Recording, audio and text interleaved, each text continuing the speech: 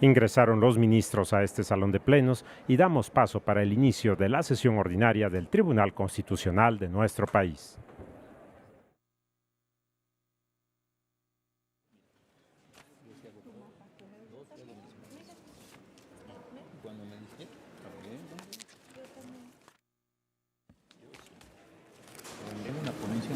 Se abre la sesión pública ordinaria correspondiente al día de hoy. Señor secretario, sírvase a dar cuenta, por favor. Sí, señor ministro presidente. Se somete a su consideración el proyecto de acta de la sesión pública número 99 ordinaria, celebrada el lunes 26 de septiembre del año en curso. Señoras y señores ministros, consulta a ustedes si hay alguna objeción y en caso de no haberla, si en votación económica se aprueba el acta con la cual se ha dado cuenta. Está aprobada por unanimidad de votos, señor secretario. Continúe, por favor. Se somete a su consideración el proyecto relativo a la acción de inconstitucionalidad 11/2009, promovida por la Procuraduría de los Derechos Humanos y de Protección Ciudadana del Estado de Baja California contra los poderes legislativo y ejecutivo y otras autoridades de la propia entidad federativa, bajo la ponencia del señor ministro Franco González Salas y con los puntos resolutivos a los que se dio lectura en sesión anterior. Gracias, señor secretario. Señoras y señores ministros, hemos iniciado la discusión del considerando séptimo que aloja precisamente el desarrollo que sustenta la propuesta del proyecto. Han tomado ya participación algunos de ustedes y ahora me han pedido el uso de la palabra, inclusive desde el día de ayer quedaron pendientes el señor ministro Cosío, el señor ministro Balsa Hernández y la señora ministra Sánchez Cordero.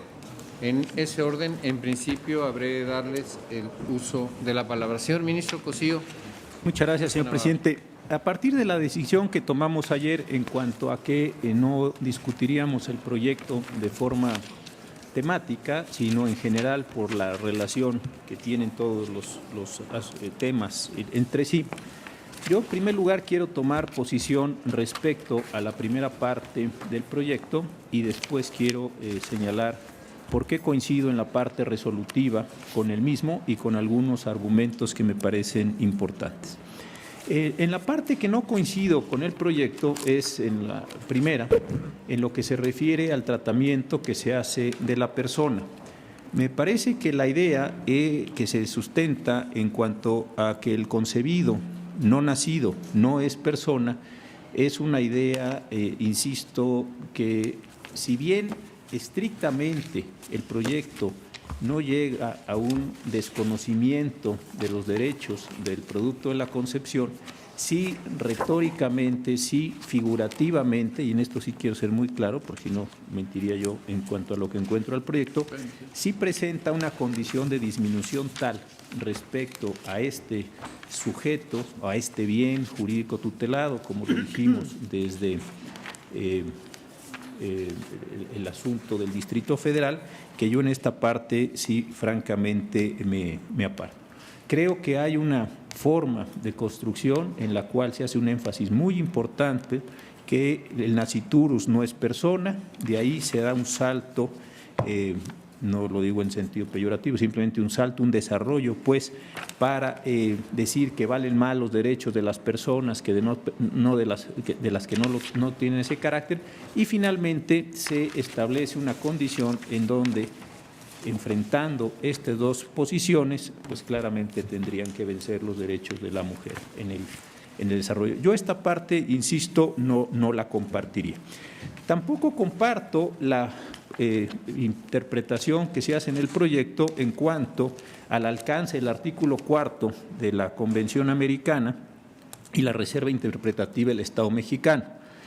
Se da mucho énfasis a la reserva interpretativa del Estado como si la protección dependiera de esa reserva, y yo creo que esto no es así. A mi parecer, la posibilidad que se tiene en los estados nacionales que forman parte del sistema interamericano de generar posibilidades de interrupción del embarazo no deriva de la reserva interpretativa. A mi parecer, deriva estricta y rigurosamente del texto del artículo 4 en el uso de la expresión en general que está incorporada en ese precepto. Si nosotros recordamos cuál es el modo de interpretación que prevé la Convención de Viena sobre el derecho a los tratados entre Estados y organizaciones internacionales,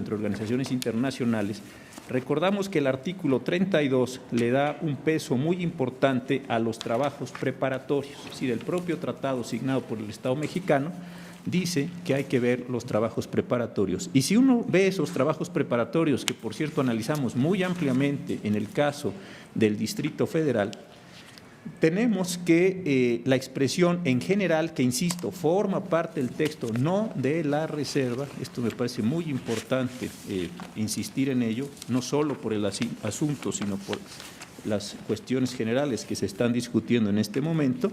Creo que la expresión en general es la que permite o introducir por parte de los estados diversas modalidades. Entonces, en esta segunda parte, yo me aparto también de lo que dice el proyecto.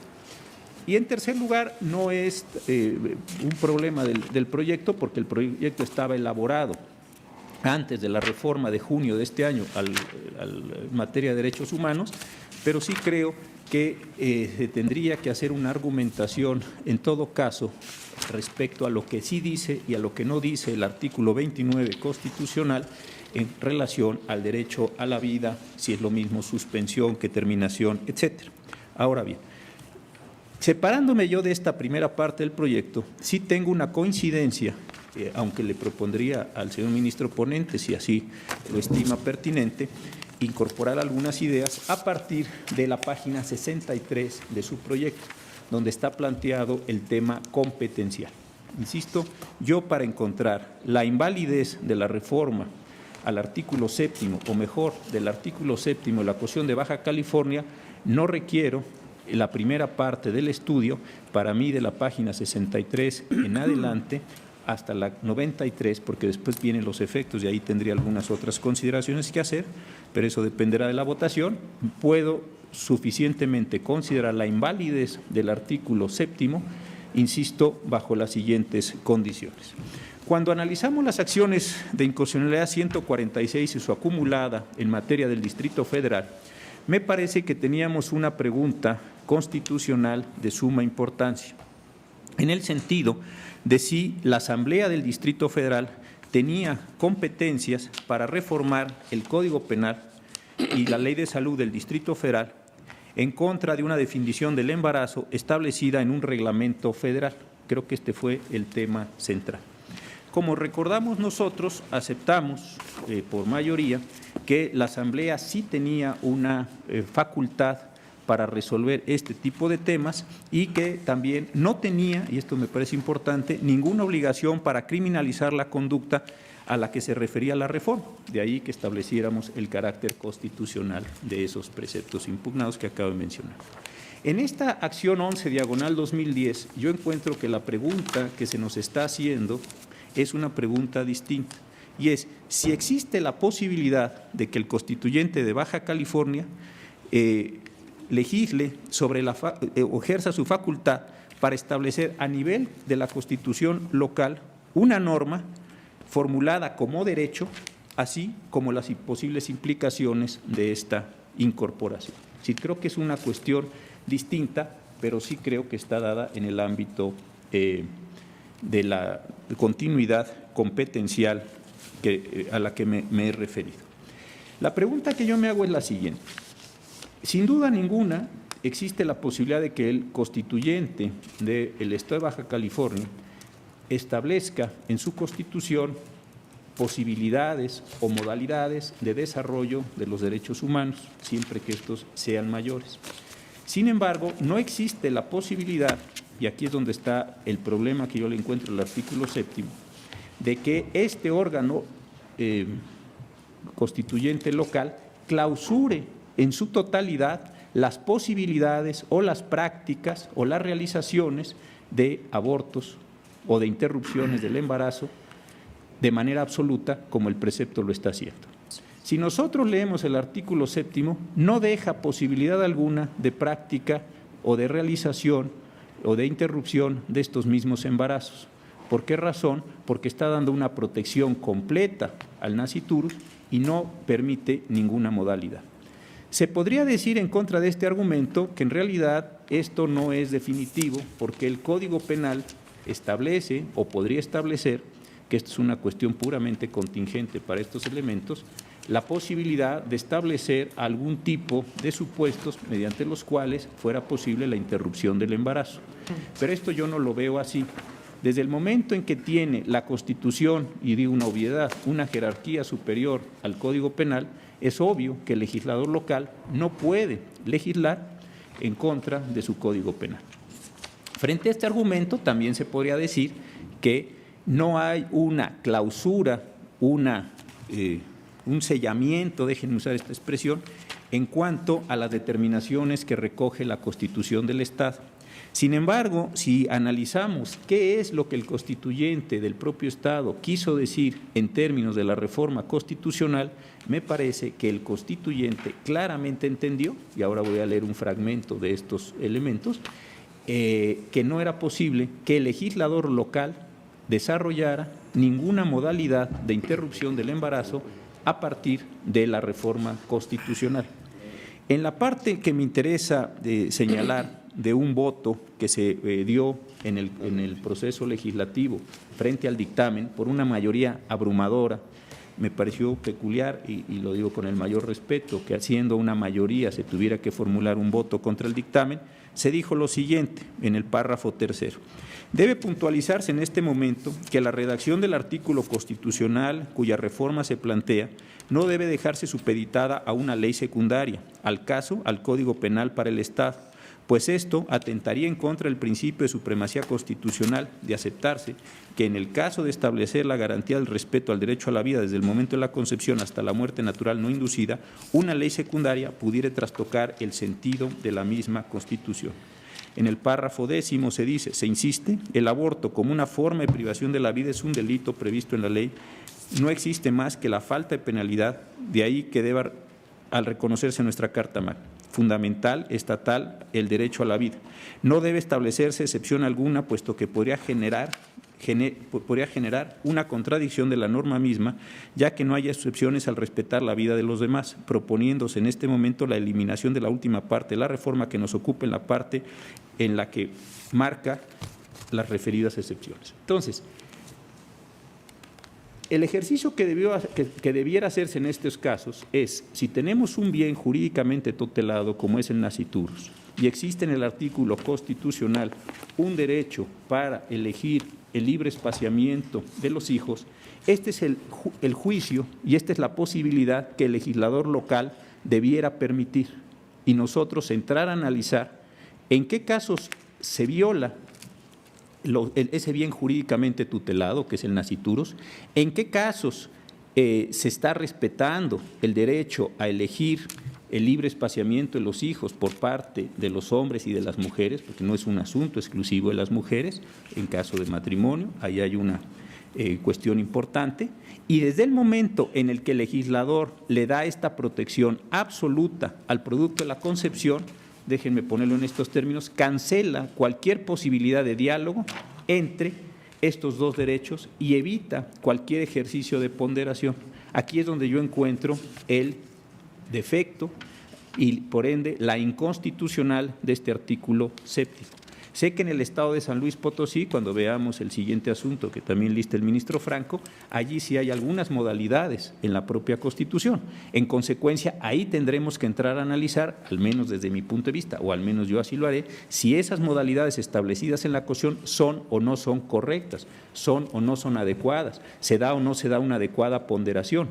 Pero aquí el legislador o el constituyente, para hablar con propiedad, de Baja California, cierra toda posibilidad, evita cualquier ponderación, cancela ese, digámoslo así, diálogo entre un bien jurídicamente tutelado y un derecho que tienen las mujeres en particular para elegir el libre espaciamiento de sus hijos y consecuentemente con ello, me parece, se genera una exclusión absoluta y en ese sentido se impide cualquier manifestación, cualquier desarrollo, cualquier posibilidad de este mismo derecho. No estoy diciendo si está bien o mal San Luis Potosí, después lo veremos, pero aquí ni siquiera se da esa condición. Y como lo leí del dictamen, la forma en la que está construida la disposición constitucional, el artículo 7º, es absoluta, por una parte. Y dos, el legislador local no puede generar disposiciones, si nos tomamos en serio la jerarquía normativa y la prelación normativa, que obviamente tiene la Constitución, respecto del caso del legislador ordinario que quiera modificar o establecer supuestos. Yo con este solo elemento, que es un elemento de carácter competencial, que es para mí una continuación de lo que se sostuvo en el caso del Distrito Federal, estoy a favor de los puntos resolutivos y estoy a favor del proyecto a partir de la página 63, insisto, porque tiene un argumento competencial con el cual coincido y que, si fuera el caso y el ministro Franco lo aceptara, se podrían desarrollar estos mismos elementos. Gracias, señor presidente. A usted, señor ministro Cosío. Señor ministro Valls Hernández. Muchas gracias, señor presidente. Previamente a fijar mi posicionamiento respecto de esta trascendente consulta que propone el señor ministro Franco, resulta para mí de importancia dejar sentado que he leído y escuchado las opiniones y comentarios en los medios y los que me han hecho llegar vía correo electrónico, así como los memoranda y documentos presentados en forma extraoficial, como lo de los amicus curiae, y las diversas publicaciones o notas a favor o en contra acerca del asunto que nos reúne el día de hoy. Todas ellas merecen mi respeto y consideración. No obstante, igual que lo he señalado en casos análogos, más allá de posiciones ideológicas o morales, mi actuación como juez constitucional debe ceñirse y se ciñe estrictamente al orden constitucional de nuestro país. En ese contexto, señalaré pues cuál es mi posición en este asunto.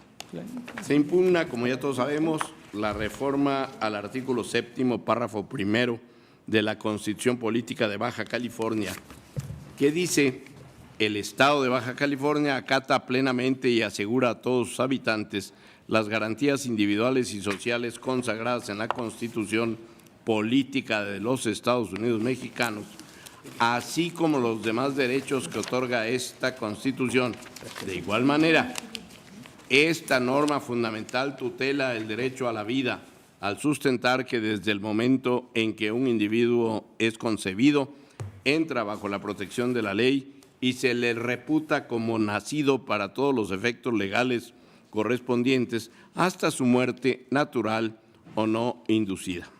De esta lectura, hasta ahí el artículo, de esta lectura yo advierto que se trata de una norma constitucional local que reconoce un derecho, el derecho a la vida, por lo que, en mi opinión, el análisis de su constitucionalidad debe hacerse a la luz del sistema federal que está previsto en los artículos 40 y 41 de la Constitución Política de los Estados Unidos Mexicanos, y por ello del principio rector, partiendo del principio rector de competencias expresas para las autoridades federales y residuales para las entidades federativas que consagra el 124 constitucional, así también del principio de supremacía constitucional contenido en el 133 y además conforme a la interpretación constitucional en materia de derechos humanos.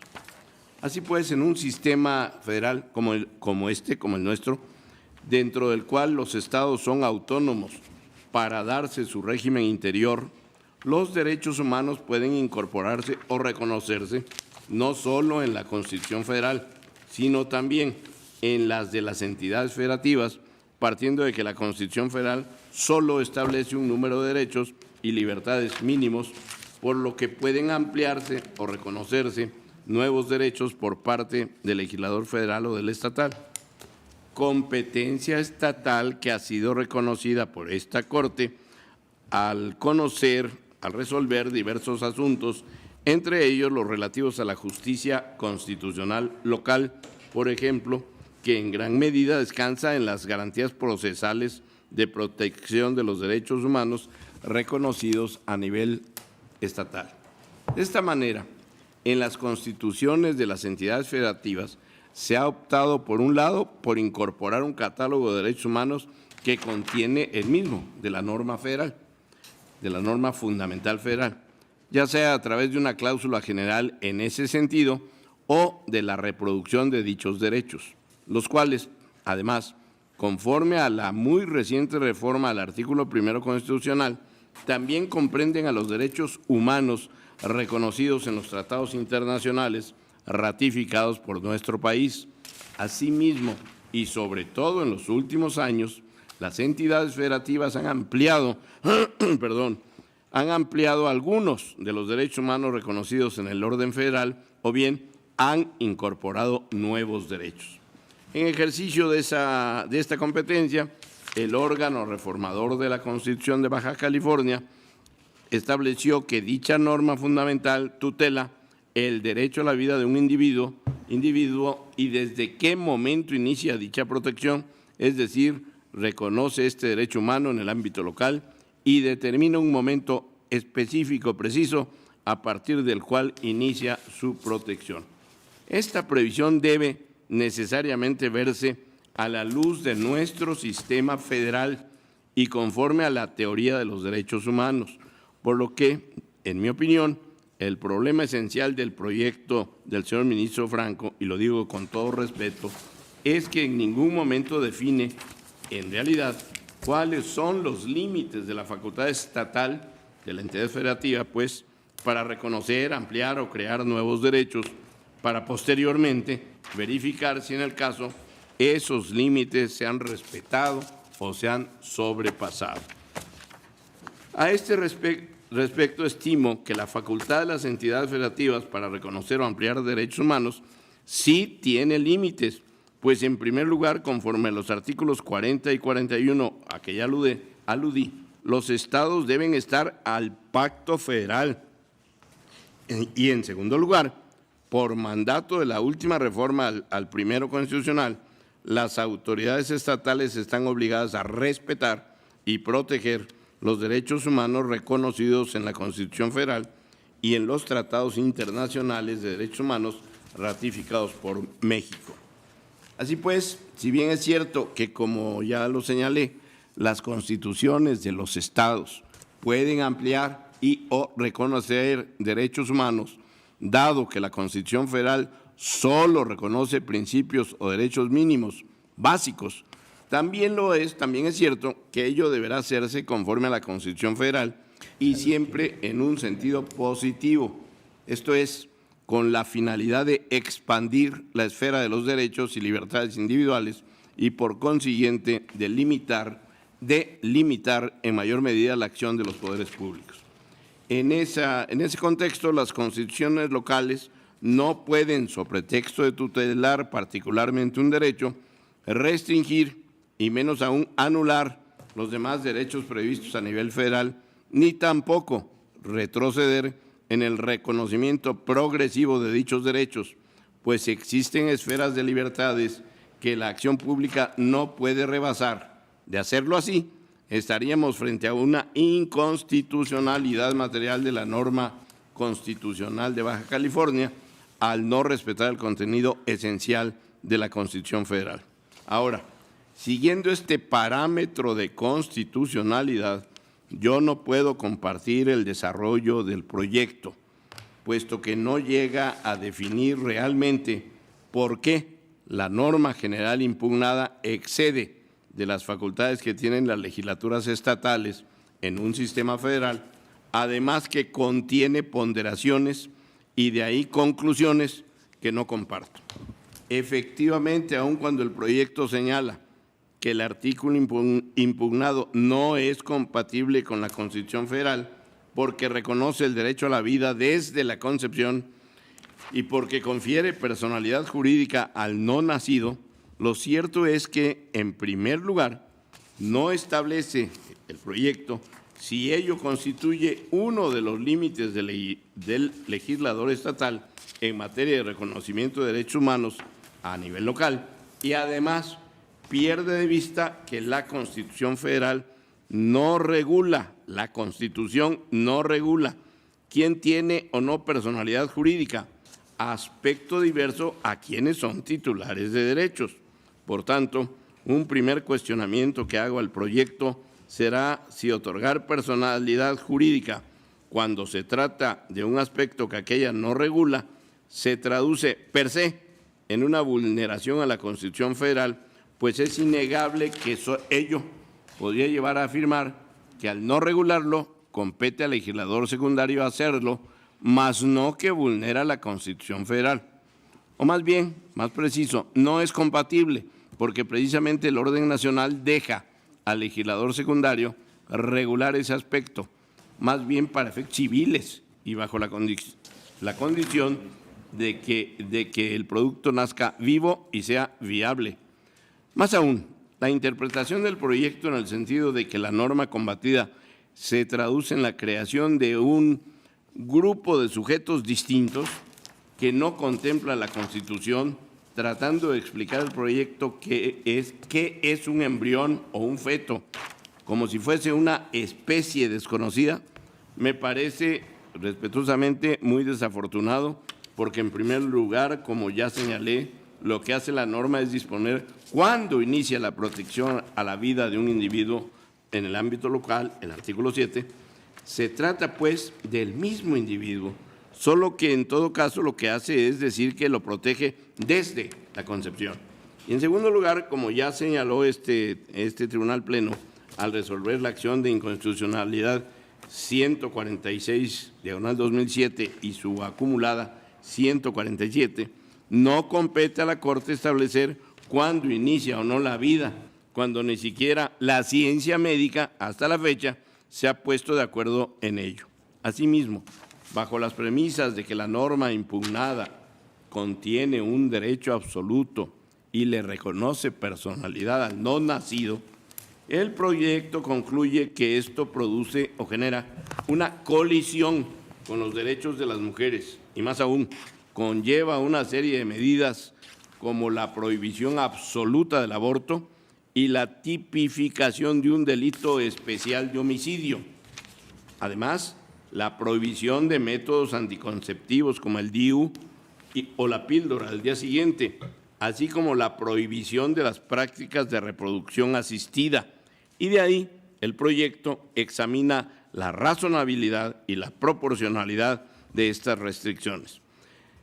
Sin embargo, por un lado, estas afirmaciones son en todo caso meras situaciones hipotéticas, pues tal disminución o restricción excesiva o desproporcionada de los derechos de determinado grupo, como son en este caso las mujeres, no deriva del examen de medidas concretas efectuadas por el legislador ordinario, aplicadas por autoridades administrativas o en la interpretación judicial en un caso concreto, a partir de lo cual efectivamente pudiéramos afirmar que en la entidad federativa en cuestión se han implementado medidas de este tipo y ante ello realizar un juicio de razonabilidad y de proporcionalidad para verificar su constitucionalidad o no, a la luz de la Constitución Federal, desde luego, y de los tratados internacionales en materia de derechos humanos ratificados por nuestro país.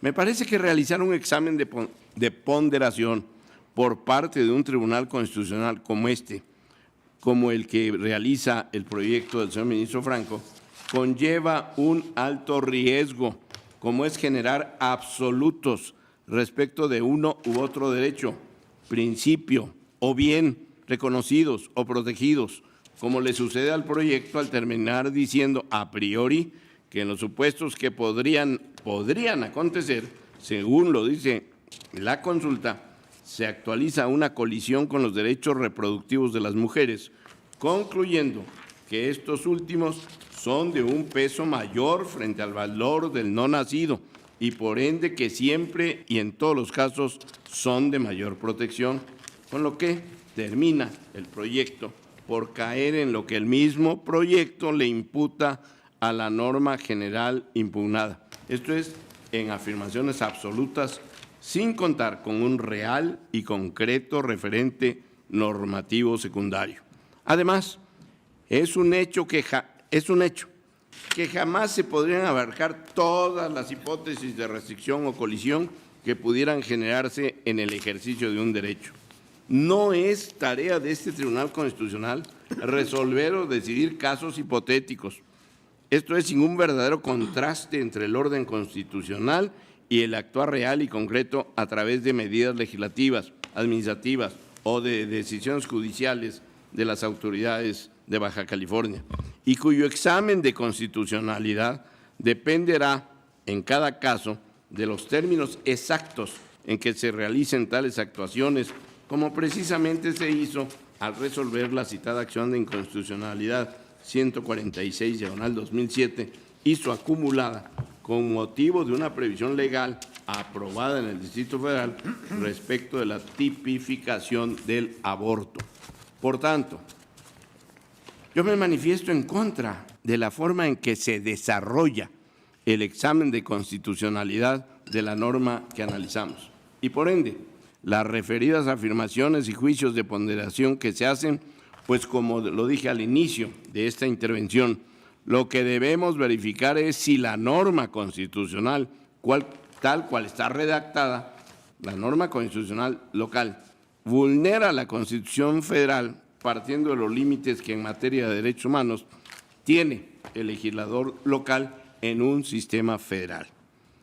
En mi opinión, la invalidez de la norma general impugnada deriva de que, como ya dijimos al resolver la diversa acción de inconstitucionalidad multicitada 146/2007, nuestro sistema constitucional no protege la vida desde la concepción, sin que ello signifique que el no nacido no tenga un valor, pero este es solo como un bien jurídicamente protegido, lo que se confirma con la declaratoria interpretativa hecha por el Estado mexicano respecto del artículo 4.1 de la Convención Americana de Derechos Humanos, en cuanto a que la protección de la vida desde la concepción es una decisión que corresponde a los Estados parte sin que México lo haya hecho así.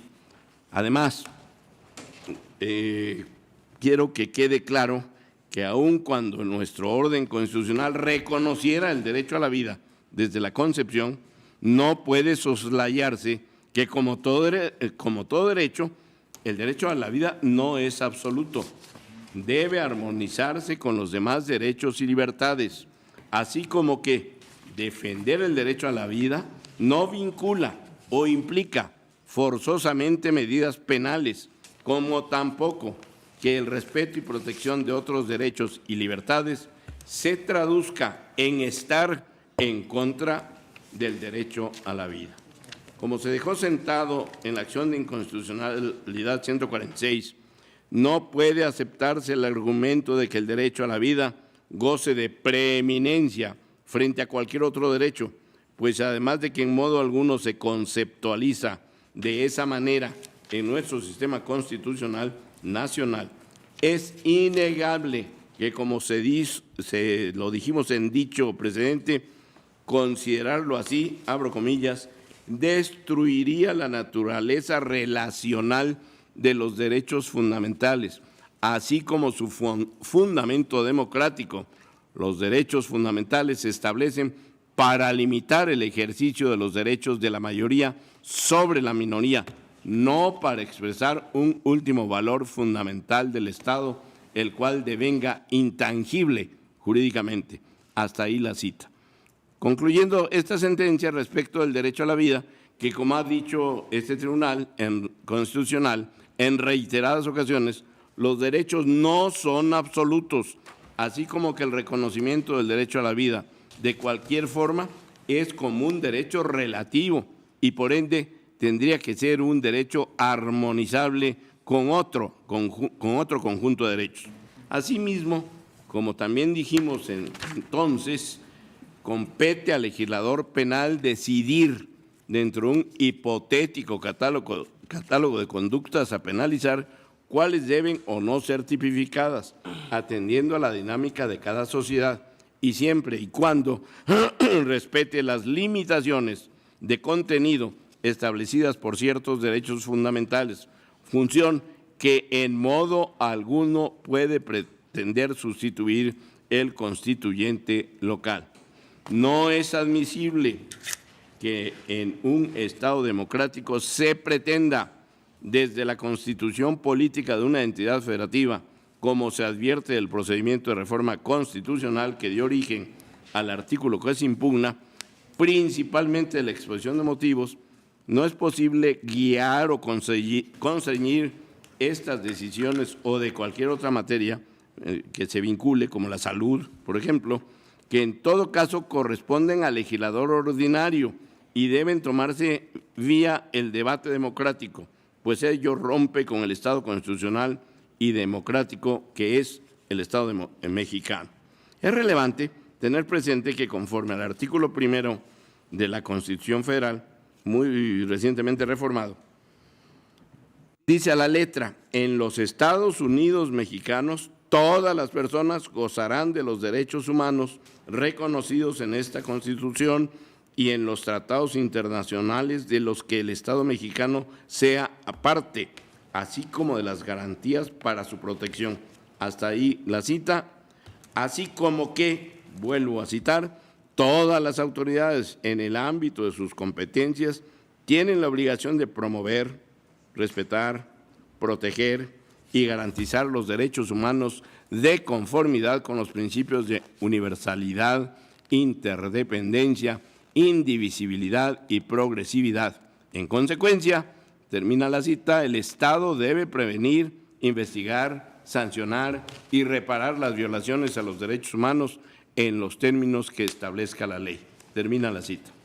Este mandato constitucional al que deberán ceñirse todas las autoridades federales, estatales, municipales, al ejercer sus competencias respecto a los derechos humanos reconocidos en la Constitución Federal y en los tratados internacionales suscritos por México, conforme al cual el legislador local, más aún el constituyente o el órgano reformador de la Constitución de un Estado, está obligado a ejercer sus atribuciones respetando, en todo caso, los derechos fundamentales, sin que pueda, por lo tanto, buscar o pretender darle mayor valor a uno sobre otro, pues los derechos humanos tienen igual jerarquía y no son absolutos, y en caso de colisión deberá ponderarse cuál reviste una mayor protección.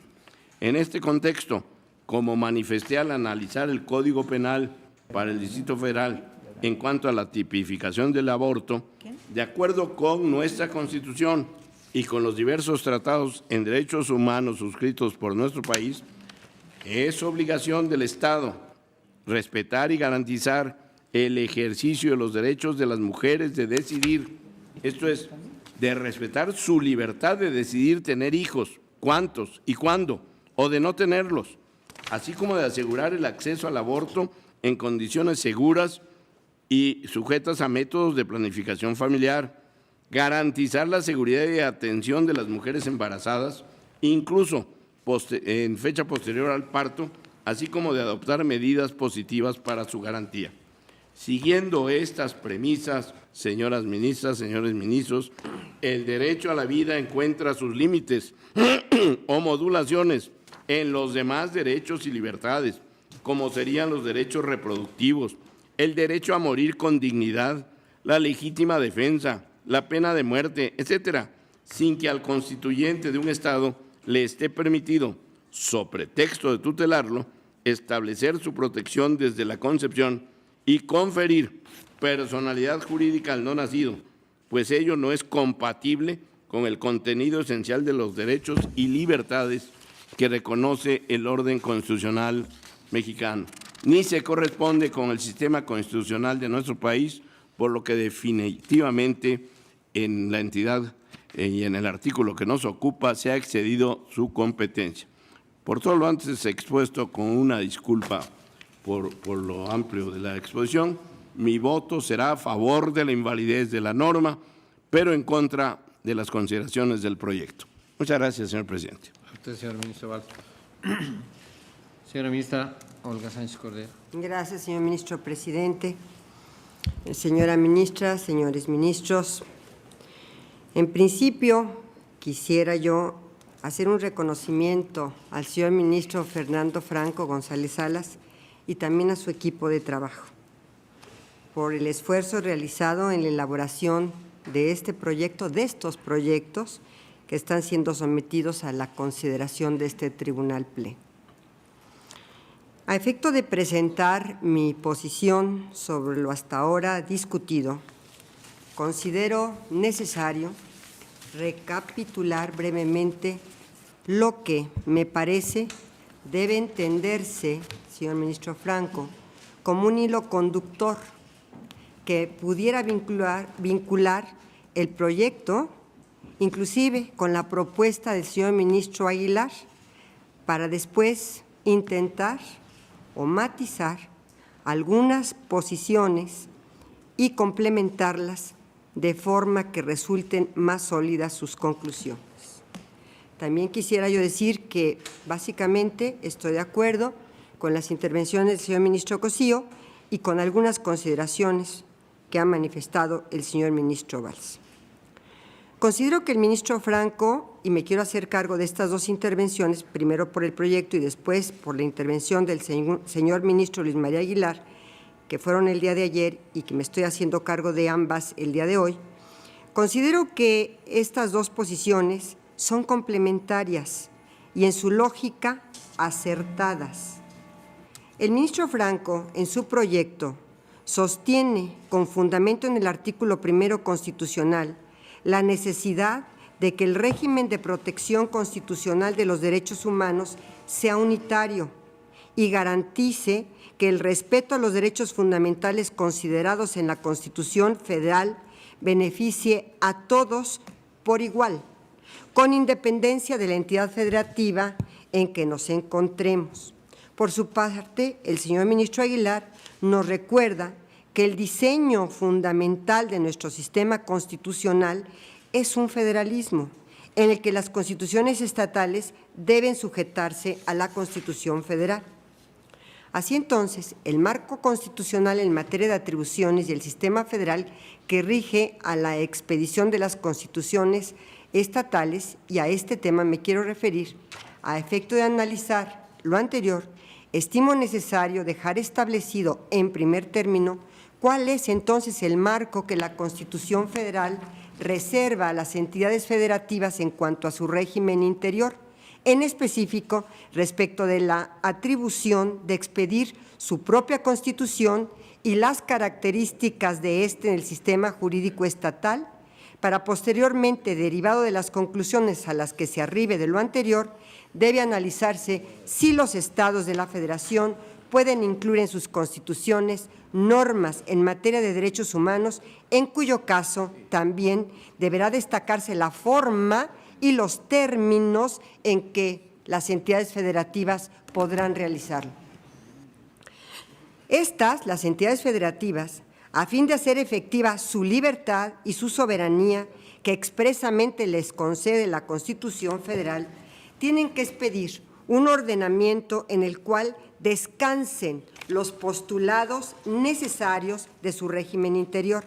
Este ordenamiento es su Constitución local, la cual es de naturaleza suprema al interior del Estado, pero siempre acorde con los lineamientos que la Constitución Federal prevé, pues se encarga, entre otras cuestiones, de regular la función, las atribuciones, el ámbito de actuación, los límites, las obligaciones e inhibiciones de los poderes que conforman a la entidad, así como los derechos y obligaciones de sus habitantes, los cuales ya se encuentran previamente establecidos o creados por disposición de la Constitución Federal expresamente.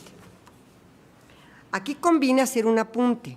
Este Tribunal Pleno ha sustentado que a través de una acción de inconstitucionalidad puede analizarse la conformidad de un texto constitucional local sin que ello importe una vulneración a la competencia soberana de los estados de la Federación, en atención a que si bien dicha norma tiene el carácter de suprema al interior del ámbito estatal, lo cierto es que ésta no puede contravenir las estipulaciones y principios de la Constitución Federal.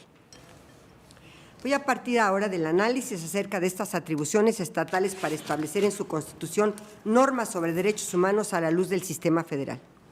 Ahora, si bien la Constitución Federal y los tratados internacionales son la fuente primordial de creación y de reconocimiento de derechos humanos en el Estado mexicano, también considero que no existe obstáculo alguno que impida que tales derechos puedan estar expresados en una constitución local o en una ley o inclusive en un reglamento federal o local, o sean reconocidos a través de criterios jurisprudenciales y judiciales, tanto nacionales como internacionales. Así, el reconocimiento expreso de los tratados humanos a nivel constitucional los dota de supremacía, autoridad y posibilidades de garantía correspondientes a toda norma constitucional. En concordancia, es factible considerar que los derechos humanos previstos en la Constitución Federal y en los tratados internacionales deben ser observados y cumplidos por todas las autoridades nacionales, federales, estatales y municipales, de índole administrativa, judicial y legislativa. Esto se encuentra su fundamento en el artículo 1 de la Constitución. Así, las entidades federativas están vinculadas por los derechos humanos reconocidos en la Constitución Federal y también aquellos derivados de fuentes internacionales que hayan sido incorporados al orden jurídico interno, según lo dispone ahora el propio artículo 1 constitucional, y es reconocido por la mayoría de este propio Pleno en el expediente Varios 912/2010. Por otra parte, si, como lo he señalado, los estados integrantes de la Federación son autónomos con relación a su régimen interior, en virtud de lo cual están legitimados y facultados para darse y modificar su propia Constitución, lo cierto es que su texto no deberá estar en contradicción con la Constitución Federal, según lo dispuesto armónicamente por otros artículos, como el 41, el 102 apartado B, el 115 a 122, el 124, el 133 constitucionales. Las entidades federativas deberán incorporar y observar los lineamientos que marca esta última con relación, y no solo a su estructura organizativa interna básica, a la división de poderes y la creación de las entidades federativas de ciertos órganos, sino también a la materia de los derechos humanos por disposición expresa del citado precepto, del citado artículo 1 constitucional. Ahora, la obligación contenida en este artículo 1 de la Constitución Federal de que las normas relativas a los derechos humanos se interpretarán de conformidad con esta Constitución y con los tratados internacionales de la materia, favoreciendo en todo tiempo a las personas la protección más amplia, admite, desde mi óptica, la ampliación del ámbito protector de los derechos ya previstos en el texto fundamental y la incorporación de nuevos derechos vía tratados internacionales, jurisprudencia inclusive, o también de las constituciones locales, entre otros. Desde esta perspectiva, las constituciones locales no solo son un vehículo idóneo de incorporación de nuevos derechos no previstos en la Constitución Federal o de reflejo a nivel local de los previstos en los tratados internacionales, sino también los más aptos para otorgar un mayor espectro en su protección por ser estos ordenamientos los que se encuentran mayor inmediatez en los particulares y en los gobernados de las entidades federativas. Sin embargo, considero que este último aspecto no es de libre configuración estatal. El propio artículo 1 constitucional, en su párrafo 2, nos indica, y el ministro Aguirre nos lo ha recordado con todo acierto, que la interpretación del régimen de derechos humanos debe ser siempre pro persona, expandiendo, pero no restringiendo, los derechos humanos que todas y todos compartimos. ¿Pero qué alcance tiene esto? En mi opinión, ¿qué debemos entender por el principio pro persona, inserto en nuestro régimen federal, para permitir que las entidades federativas expandan los derechos fundamentales consagrados por la Constitución Federal, pero nunca de forma que esta expansión restrinja y afecte simultáneamente el ejercicio y goce de los demás derechos humanos que la propia Constitución consagra. Por utilizar una metáfora espacial, las entidades federativas pueden expandir sus derechos fundamentales, pueden profundizarlos, siempre que no impacten horizontalmente el régimen de derechos humanos en su conjunto.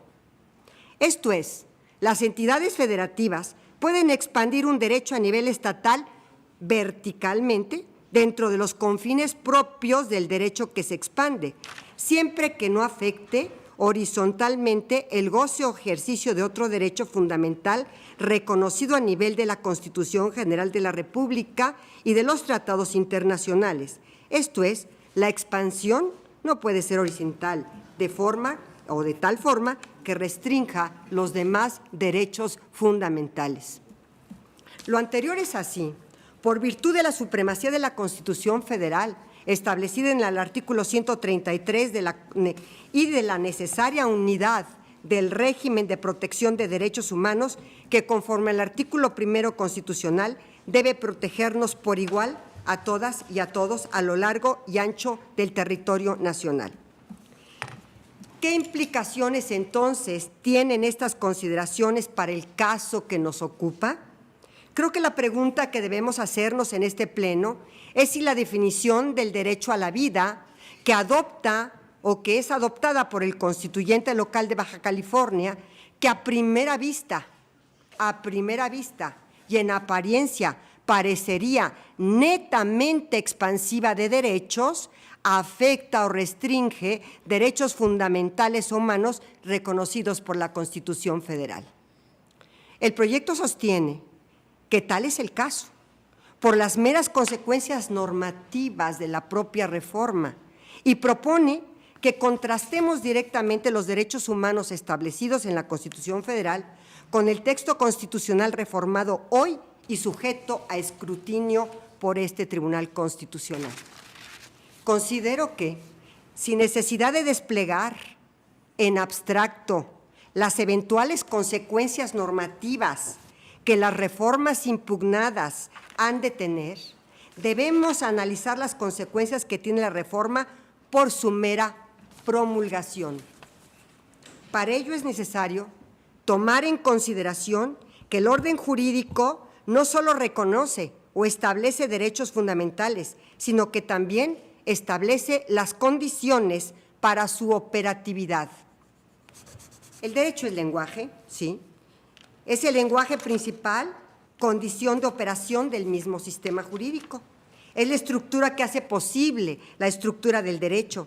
Eso es quizá, que suena a una obviedad, pero lo quiero destacar en esta ocasión porque me da la pauta para establecer mi postura en contra de que la norma subsista en nuestro sistema jurídico, en los términos que ha sido redactada.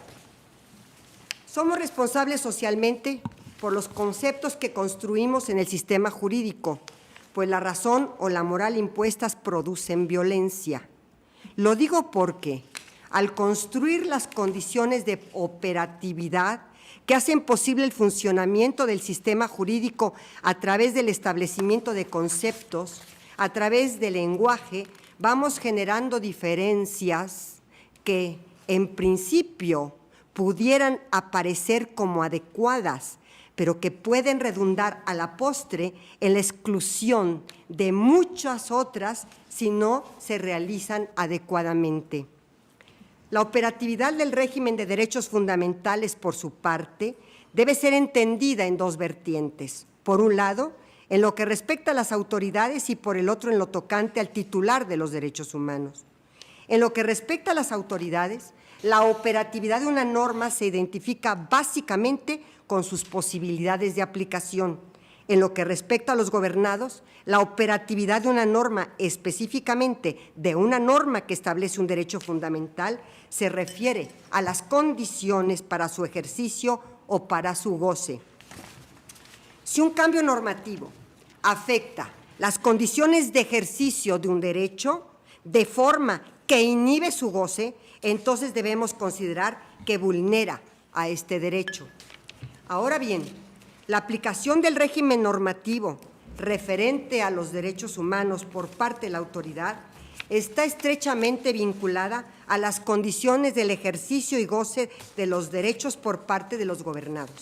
Si la norma está formulada, otorgando un margen de interpretación demasiado amplio, entonces el gobernado no tendrá certeza jurídica suficiente para saber en qué condiciones podrá ejercer sus derechos y, por tanto, gozarlos plenamente.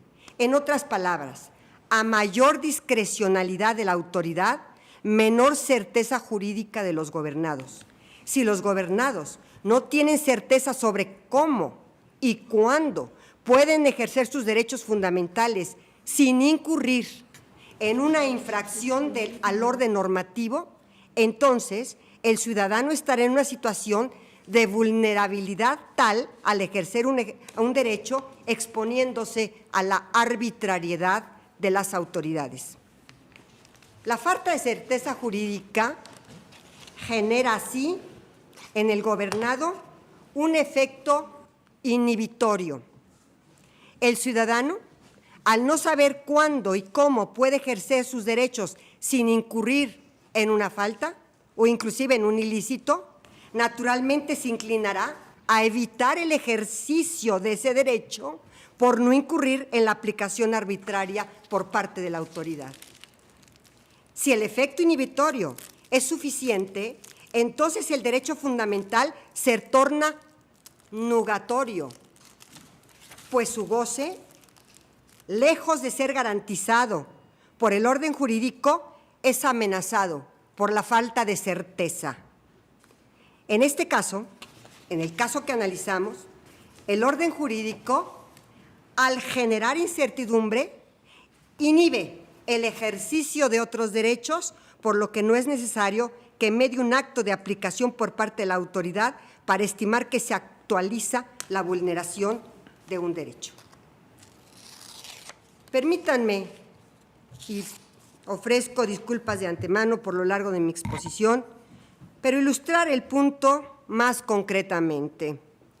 En las páginas 112 y 113 del proyecto presentado por el señor ministro Franco González Salas, se señala, al hablar de la anticoncepción de emergencia, que aun cuando en la mayoría de las ocasiones la anticoncepción poscoital impedirá la ovulación y la fecundación, podría haber veces que evite la implantación. Página 102. Más adelante señala otro ejemplo. El DIU, que contiene cobre, también se utiliza como anticonceptivo poscoital. En otras palabras, la principal acción del dispositivo intrauterino, así lo establece y así lo relaciona el proyecto, consiste en evitar el encuentro entre el óvulo y el espermatozoide, pero podría funcionar asimismo impidiendo la implantación del óvulo fecundado en la pared uterina. Estas son las páginas del proyecto del señor ministro Franco. Así pues, es posible que haya casos en que el método anticonceptivo imposibilite el proceso de implantación del óvulo en el útero. Página 103. ¿Qué nos dicen estos ejemplos en el proyecto que están mencionados?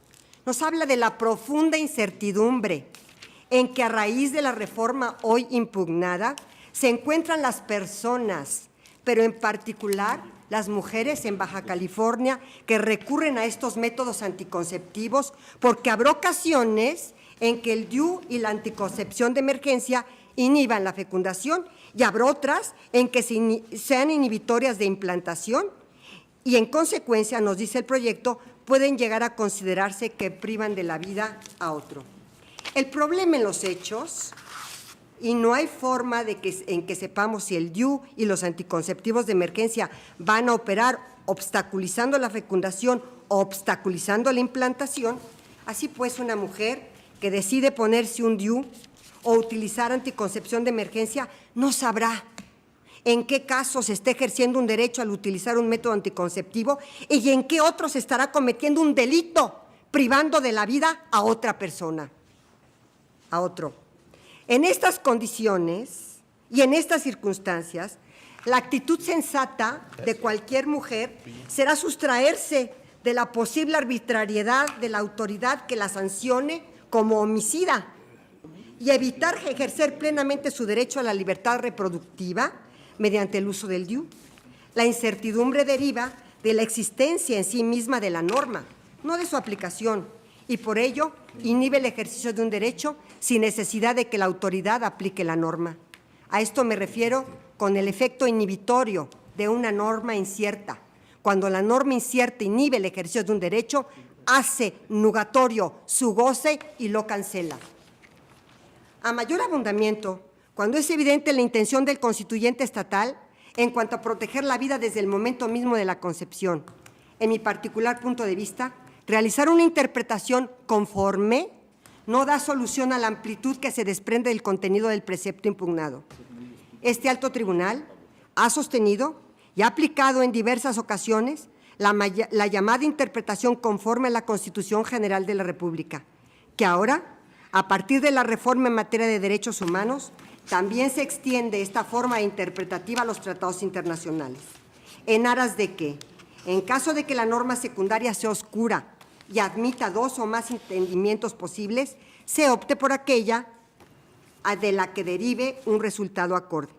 Esa interpretación es diversa a la que tradicionalmente hemos venido sosteniendo, pues la que ahora señala el artículo primero nos obliga a preferir la protección más amplia en la interpretación de los derechos humanos.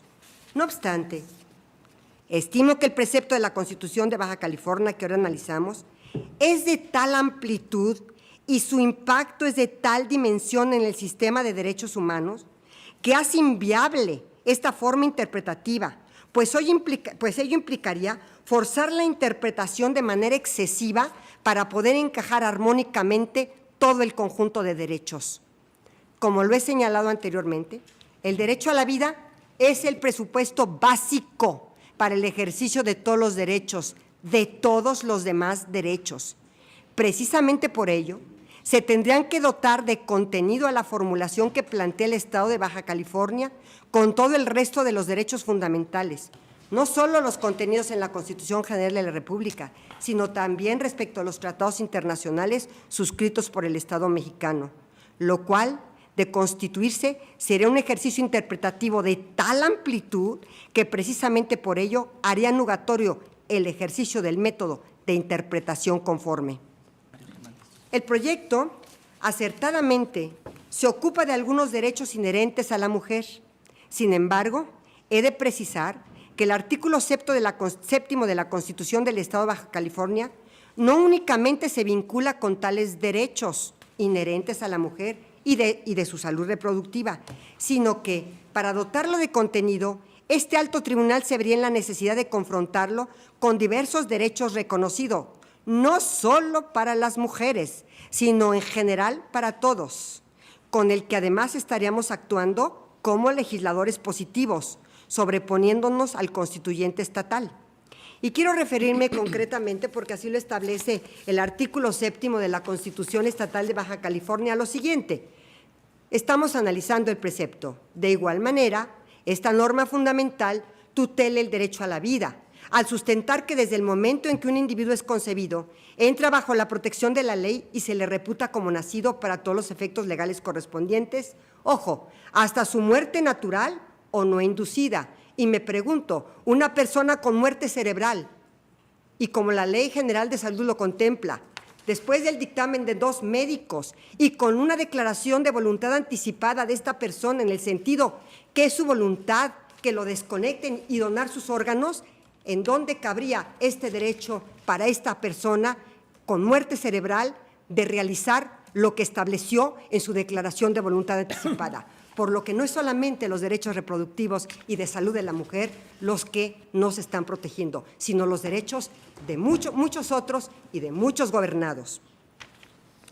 Y a eso me refiero cuando señalo que en este caso establecer absolutos redunda en una condición que no permite la operatividad del mismo sistema jurídico, pues lo que hace posible la operatividad de un derecho es el derecho mismo, el sistema en que está inserto. Un derecho, por lo tanto, viene siempre determinado por la estructura que lo hace posible. Por ello, el establecimiento a nivel constitucional del derecho a la vida en la Constitución de Baja California, en los términos en que se encuentra redactado, no viene determinado por la estructura que lo hace posible, porque la omite, la obvia, a través de una modalidad lingüística, como es el establecer un derecho contra el que nadie puede estar en contra, deja de considerar al propio sistema que le otorga la validez y la operatividad, por el uso que le da al lenguaje y por los términos en que introduce, por la dialéctica entre los sujetos que obvia con su redacción. El precepto en estudio deja de considerar las condiciones de operación que lo hacen posible, de las demás condiciones del propio sistema de todos los derechos, como ya lo decía el señor ministro Cosío. En este sentido, considero que la propia porción normativa del artículo 7º de la Constitución del Estado de Baja California, al señalar que desde el momento en que un individuo es concebido entra bajo la protección de la ley y se le reputa como nacido para todos los efectos legales correspondientes hasta su muerte natural o no inducida, es contraria a los artículos 1º, 4º, 40, 41, 116, 124, 133 y diré yo 14 y 16 constitucional por falta de certeza de la Constitución Federal, por atentar en contra del sistema constitucional de reconocimiento y protección de los derechos humanos reconocidos en la propia norma suprema, los tratados internacionales suscritos por el Estado mexicano y la supremacía constitucional. Muchas gracias, ofrezco 1000 disculpas por el tiempo que me he tomado, pero sí quería yo enfatizar la posición que tengo al respecto. Por lo tanto, estaría yo en favor del proyecto por la invalidez del precepto y por que se expulse del orden jurídico y del sistema jurídico mexicano. Gracias, presidente. A usted, señora ministra. Señor ministro Ortiz Medegoitia. Gracias, señor presidente. También pido disculpas previas por la extensión de mi participación. Traigo 20 páginas a renglón y medio, no son tantas, y rogaría yo que en caso de que nos diera la una, se permitiera terminar mi intervención. Muchísimas gracias. Para fijar una postura clara y contundente sobre el tema que nos ocupa, es oportuno exponer los antecedentes sobre los que he desarrollado mi reflexión y análisis constitucional. Primero el Estado de Baja California y después estudiaremos un asunto similar del Estado de San Luis Potosí. Ha establecido una disposición en su Constitución política local para incorporar el derecho a la vida dentro del catálogo de derechos fundamentales de todo individuo en su territorio.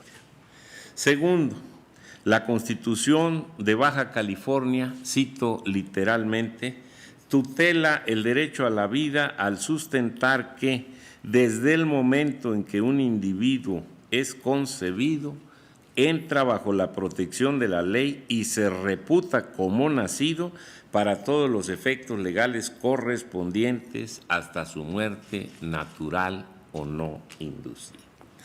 Así, la norma constitucional hace énfasis en que la protección legal de la vida humana no ha de postergarse hasta el nacimiento, sino que comienza desde el momento en que cada individuo es concebido y le asiste este derecho hasta que muere. Tercero, el organismo encargado de la protección de los derechos humanos de esa entidad federativa ha promovido una acción de inconstitucionalidad en contra de esa norma por los motivos que se detallan en el proyecto. Lo cierto es que esta Suprema Corte de Justicia de la Nación debe decidir única y exclusivamente si la norma impugnada transgrede los principios o disposiciones de la Constitución Federal, utilizando también como referente de la interpretación a los tratados internacionales sobre derechos humanos, el llamado control de convencionalidad sobre el que ya se ha pronunciado este Pleno con motivo de la reciente reforma al artículo 1 constitucional. Es mi convicción que a partir de estas reflexiones y no de otras, esta Suprema Corte debe declarar si es válido o inválido el precepto que establece el derecho a la vida desde el momento de la concepción en Baja California y posteriormente lo haremos para el caso del Estado de San Luis Potosí. Esos son los temas en los que centro mi participación y los abordaré en el siguiente orden. Primero, el derecho a la vida. ¿Existe un derecho a la vida en la Constitución Federal? Mi respuesta personal es sí, siempre lo ha habido y ahora está expresamente previsto. Es cierto que durante los 2 siglos pasados, un lector no podría encontrar en la Constitución la frase derecho a la vida, como tampoco hallaría una mención directa del derecho a la libertad o el derecho a la propiedad, puesto que eran grandes conceptos y principios que daban sustento al sistema garantista de esos tiempos. Aún sin esas palabras, sin los sofisticados términos médicos del siglo XXI, la vida humana, la vida de las personas, de los seres humanos, ha sido y es una de las materias esenciales del texto constitucional que data desde 1824, 1857, 1917 y las reformas hasta esta fecha. Las grandes luchas por la libertad, la igualdad y la justicia son la expresión de un derecho simple pero muy amplio, el elevadísimo derecho a la propia existencia. Hubo tiempos en que unos sujetos eran verídica y jurídicamente dueños de otros, quienes no eran considerados humanos, personas o individuos desde el derecho. Hubo momentos en la historia en que grupos y comunidades enteras eran abiertamente excluidas del sistema constitucional y jurídico para someter su destino a la voluntad de otros. Tras la evolución histórica, el derecho les reconoció lugar. Nos ha dado lugar a todos como seres humanos, como entes libres y dueños de nosotros mismos, sin que nadie pueda definir arbitraria y externamente por sobre nosotros respecto de nuestra vida, libertades, posesiones, bienes y derechos. Ese derecho a existir es la gran razón del Estado de libertades. Es el fundamento del Estado de Derecho y el sustento de la democracia constitucional. El derecho a la vida es la nueva forma poderosa de expresar en este nuevo siglo el mismo principio de igualdad y libertad que subyace en nuestra historia y tradición constitucional. La soberanía reside originaria y esencialmente en el pueblo del que dimana todo poder público y para cuyo beneficio se establece. La vida individual de este pueblo soberano no es estática, nace, crece, se reproduce y muere. La tutela constitucional no es beneficio exclusivo de la generación que la escribe. Se hereda durante siglos, la hemos heredado porque protegió cada vez mejor la vida de nuestros ancestros. La Constitución ha protegido la vida humana de los peligros de cada tiempo. La principal amenaza de nuestro tiempo ha sido y es desconocerla y minimizarla desde el derecho. El derecho a la vida en nuestro país se ha traducido históricamente en obligaciones de custodia y de tutela del Estado hacia las personas y grupos para que existan y ejerzan libremente sus derechos en condiciones de dignidad. Cito algunos ejemplos. La abolición de la esclavitud reconoció la vida de seres humanos que antes no podían decidir por sí mismos, eran cosas. Los derechos de la infancia incorporaron a los menores de edad al gran concepto de seres humanos reconocidos en la ley, dejaron de ser una especie de objeto propiedad de los padres y tutores. Los derechos laborales dieron lugar a beneficios para las mujeres embarazadas, para procurarlas a ellas, pero también, sin la menor duda, al ser humano en gestación. La prohibición de la pena de muerte es un avance trascendente. Reconoce a la vida como un bien tan elevado que resulta definitivamente intocable para el Estado y para sus leyes, aún ante las peores ofensas y en las más graves circunstancias criminales. Finalmente, el reconocimiento expreso del derecho a la vida, que abordaré enseguida.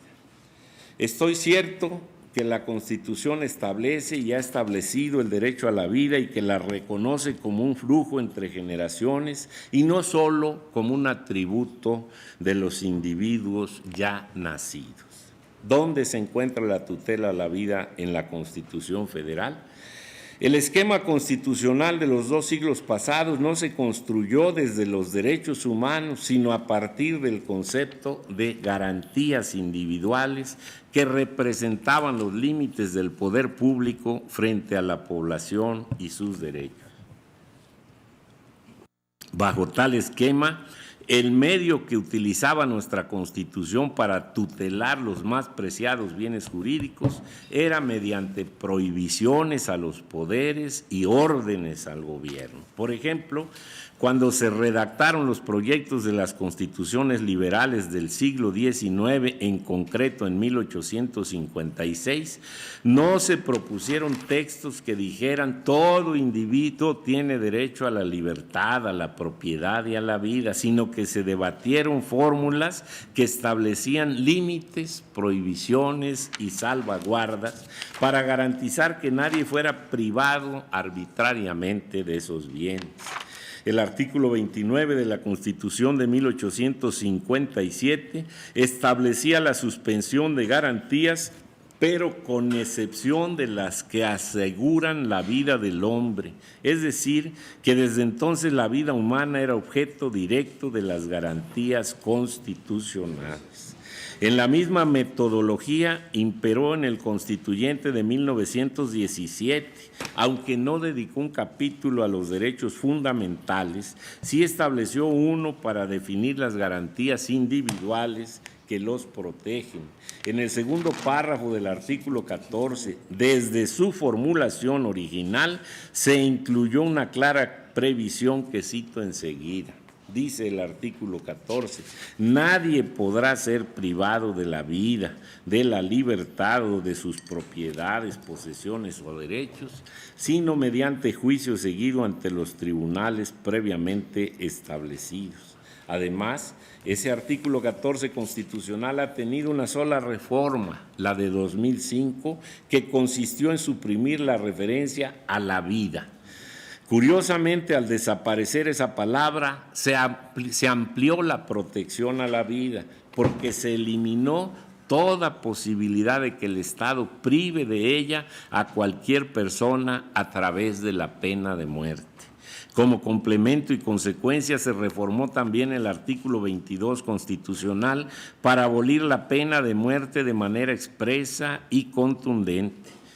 Es verdad que el derecho punitivo y sus límites son apenas una parte de la explicación y expresión del derecho a la vida, pero con esos cambios México comenzó el nuevo milenio con una tutela fortalecida respecto de la vida humana. Apenas el 10 de junio pasado se verificó el cambio más relevante de nuestro esquema constitucional. Se abandonó definitivamente el sistema de las garantías individuales y adoptamos los derechos humanos como eje de protección y salvaguarda constitucional de toda persona en este territorio. La reforma reconoció a los derechos humanos como esencia y razón de las garantías que otorga. Incorporó a los tratados internacionales como referente sustantivo para interpretarlos, favoreciendo en todo tiempo a las personas con la protección más amplia. De los tratados me ocuparé más adelante. Este cambio constitucional nos trajo también una novedad que no había estado presente en ninguna de las discusiones de este pleno. Por primera vez, el derecho a la vida quedó expresamente reconocido y consagrado como tal en el texto constitucional. De manera diáfana y contundente, hoy está inscrito como un derecho que no puede restringirse ni suspenderse por el Estado, aún en los casos más extremos. El mismo decreto que reformó el artículo 1 también modificó el contenido del artículo 29, que regula la única vía constitucional para la suspensión o restricción de los derechos y las garantías constitucionales en los casos de invasión, perturbación grave de la paz pública o de cualquier otro caso que ponga a la sociedad en grave peligro o conflicto. El nuevo texto del artículo 29 no solo menciona los derechos humanos en general, sino que los enuncia con claridad. Por eso en su párrafo segundo se puede leer lo siguiente: en los decretos de suspensión o restricción de garantías que se expidan, no podrá restringirse ni suspenderse el ejercicio de los derechos a la no discriminación, al reconocimiento de la personalidad jurídica, a la vida, a la integridad personal, a la protección de la familia, al nombre, a la nacionalidad, los derechos de la niñez, los derechos políticos, las libertades de pensamiento, conciencia y de profesar creencia religiosa alguna, el principio de legalidad y retroactividad, la prohibición de la pena de muerte, la prohibición de la esclavitud y la servidumbre, la prohibición de la desaparición forzada y la tortura, ni las garantías judiciales indispensables para la protección de tales derechos. Así pues, hoy el derecho a la vida es mucho más que la prohibición a la pena de muerte y por eso la Constitución menciona a ambos por separado. En conclusión, las normas constitucionales locales que establecen el derecho a la vida no pueden ser contrarias a la Constitución Federal, sino que le son complementarias y congruentes con su nueva estructura. En esto coincido con la consulta que estamos analizando, pues así lo sostiene el proyecto en la página 43. La vida y la concepción. No parece haber oposición al reconocimiento del derecho a la vida, pero hay una insistente argumentación para evitar reconocerla en todas sus dimensiones. Un camino complejo es tratar de leer e interpretar el derecho a la vida a la luz del texto gramatical de las normas constitucionales redactadas desde los 2 siglos anteriores. La norma impugnada de la Constitución local de Baja California dice: desde el momento en que un individuo es concebido, entra bajo la protección de la ley y se reputa como nacido para todos los efectos legales correspondientes hasta su muerte natural o no inducida. Esta norma se refiere al individuo como ser humano, destinatario directo de los derechos humanos que hoy rigen constitucionalmente en todo el territorio nacional. No se refiere a la personalidad jurídica propiamente dicha, la cual, sin lugar a dudas, admite diversas modalidades en su regulación. La norma impugnada repite fundamentalmente el texto del Código Civil Federal, que en esencia data también del siglo XIX, una norma preconstitucional que ha forjado desde el derecho civil nuestra noción de la personalidad jurídica y que hoy parece confundirse con nuestra noción de vida humana, es el artículo 22 del Código Civil vigente, expedido en 1928. Este precepto del Código Civil dice: la capacidad jurídica de las personas físicas se adquiere por el nacimiento y se pierde por la muerte. Pero, y aquí llamo la atención de las señoras y señores ministros, pero desde el momento en que un individuo es concebido, entra bajo la protección de la ley y se le tiene por nacido para los efectos declarados en el presente código. Es decir, es el texto mismo de la norma cuya constitucionalidad analizamos. Esta norma del derecho mexicano también tiene por nacido al individuo desde que es concebido. Tal precepto ha estado vigente en estos mismos términos durante casi toda nuestra vida constitucional. En el Código Civil del Distrito Federal y Territorio de Baja California de 1870, antecedente directo del Código de 1928, que aún no rige, se disponía también que la capacidad se adquiere por el nacimiento, pero desde el momento en que un individuo es procreado, entra bajo la protección de la ley y se le tiene por nacido para los efectos declarados en el presente código. Esta distinción entre la capacidad jurídica llamada personalidad y la protección del individuo desde la concepción y hasta la muerte tiene profundas raíces que reconocían la trascendencia de la gestación de un nuevo ser en materias de filiación, sucesión, tutela, familia, entre otros. A la personalidad jurídica se le pueden imponer límites, restricciones y cortapisas, pero no a la persona como ser humano. El artículo 23 del Código Civil Federal dice: la minoría de edad, el estado de interdicción y demás incapacidades establecidas por la ley son restricciones a la personalidad jurídica que no deben menoscabar la dignidad humana ni atentar contra la integridad de la familia, pero los incapaces pueden ejercitar sus derechos o contraer obligaciones por medio de sus representantes. El concepto de persona, entendido como individuo biológico, es diferente al de personalidad jurídica, entendido como un centro de imputación de derechos y obligaciones propiamente dichas. Siempre ha sido así en México. Como primera conclusión apunto que no estamos frente a una novedad normativa con esta disposición de la Constitución Local de Baja California que analizamos. Ahora, ¿qué significa la protección de la ley a partir de que el individuo es concebido? En el proyecto se afirma que la reforma no distingue entre fecundación y concepción a partir de los informes del Congreso del Estado y de la documentación parlamentaria de la reforma impugnada, páginas 44 a 46.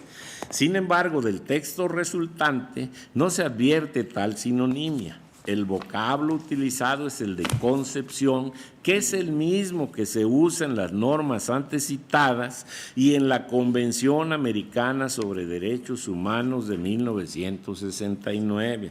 En mi opinión, el estudio de constitucionalidad debe centrarse en esta terminología, que, insisto, no es ajena al diseño de nuestro orden jurídico nacional, sino por el contrario, tradicional.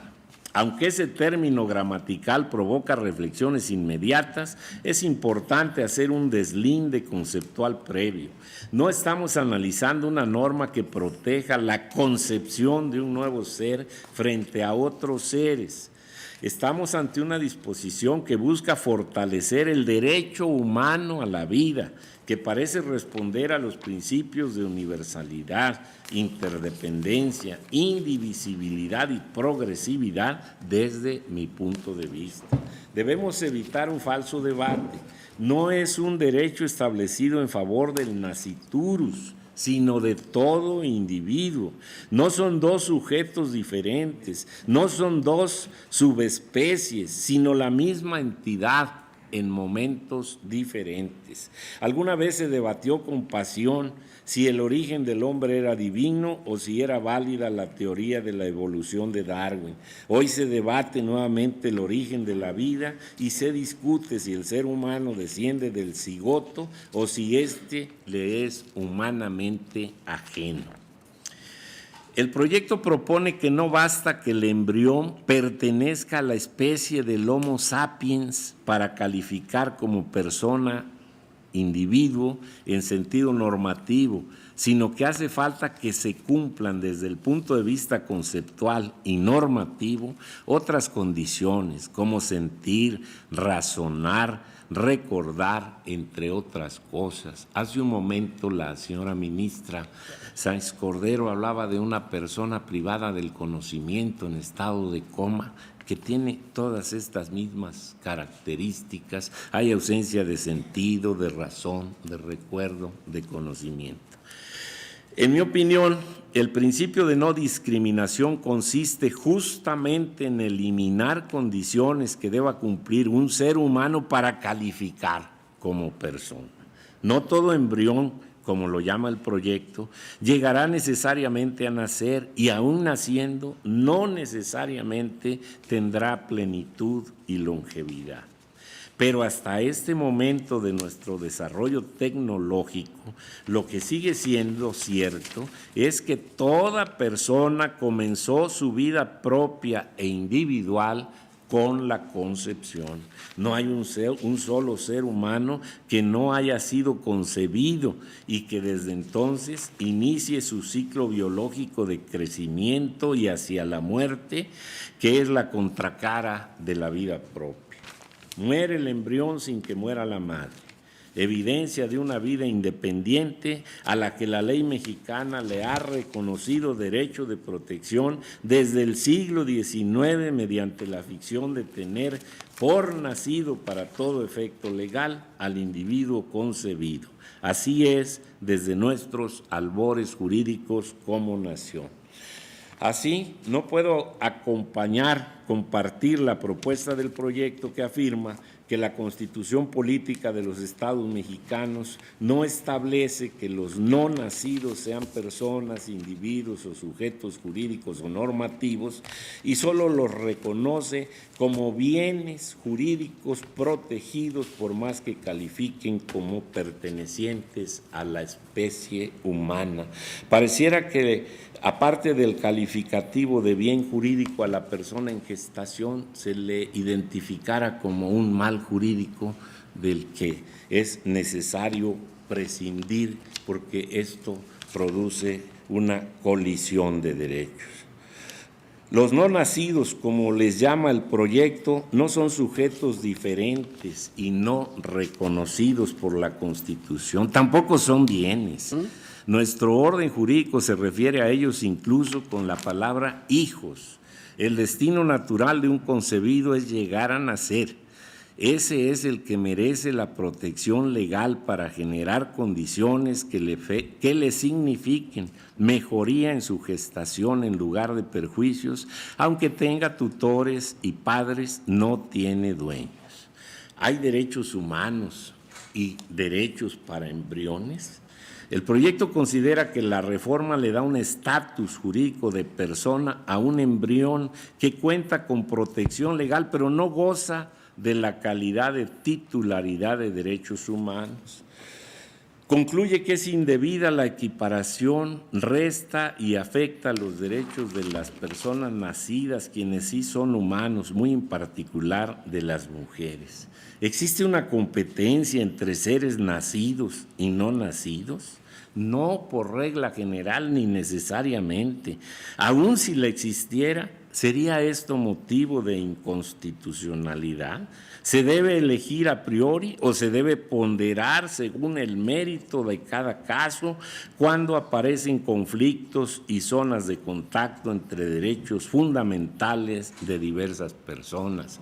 Hace poco discutió y resolvió esta Suprema Corte un conflicto de derechos sobre la salud de enfermos adictos al tabaco y no fumadores. Y en esta colisión de derechos se preferenció el de mayor entidad en la ponderación que hizo la Suprema Corte. El derecho a la vida se instituye para los nacidos y los no nacidos, sin que el derecho de uno se imponga frente al otro de forma indefectible y absoluta. Al menos tal y como está redactada la norma impugnada, no parece existir exclusiones indebidas en perjuicio de nadie. Sobre el particular, traigo a colación la propuesta del titular del Ejecutivo Federal al Senado de la República para que se retire la declaración interpretativa respecto al Pacto de San José. Esto es una cuestión que está en curso. Me interesa solamente destacar el texto del comunicado de prensa porque coincido en lo esencial con su contenido. La Convención prevé que la ley protegerá en general el derecho a la vida a partir del momento de la concepción.